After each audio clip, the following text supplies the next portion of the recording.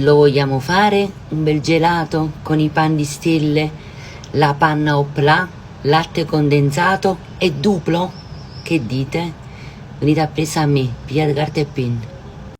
Io avevo i duplo in casa, quindi ho usato questi.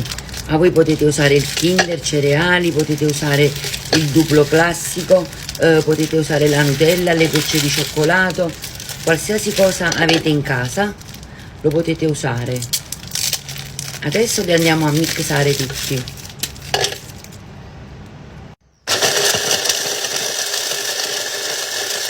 Ecco qua, li fate diventare così come una granella e li tenete da parte. Adesso montiamo mezzo litro di panna au plat fredda da frigorifero, mi raccomando, deve essere bella fredda fredda. Iniziamo a montarla.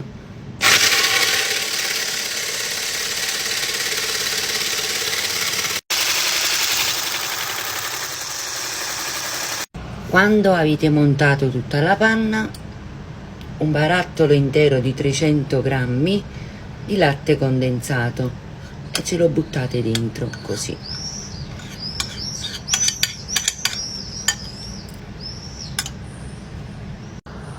E fate di nuovo una bella mescolata, un bello misca Francesca.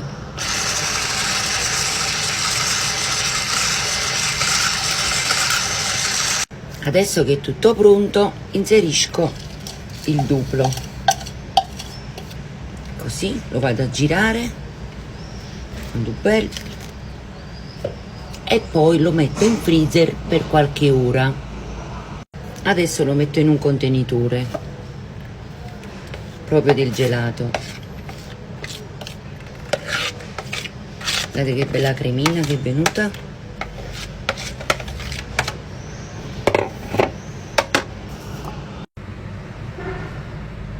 La crema di gelato è pronta e io inizio a fare i miei gelatini al biscottino pan di stelle. Sapete i vostri figli come sono contenti, bambini, e poi siete sicure e sicuri che i vostri figli mangiano una cosa naturale e fatta fresca in casa. Diciamo che ho anche realizzato un food cost ed ho speso 10 euro circa per fare questi gelati pan di stelle, ma in questi 10 euro mi è rimasta, guardate, più di mezza vaschetta di gelato, ancora mezzo pacco di biscotti, di cui qua ne sono usciti 20. Quindi con 10 euro fate felice tutta la famiglia e vi resterà tanto gelato. Ciao ciao, fatemi sapere se questa ricetta vi è piaciuta. E adesso, cari biscottini, andiamo in freezer e tra qualche ora ve li mangiamo.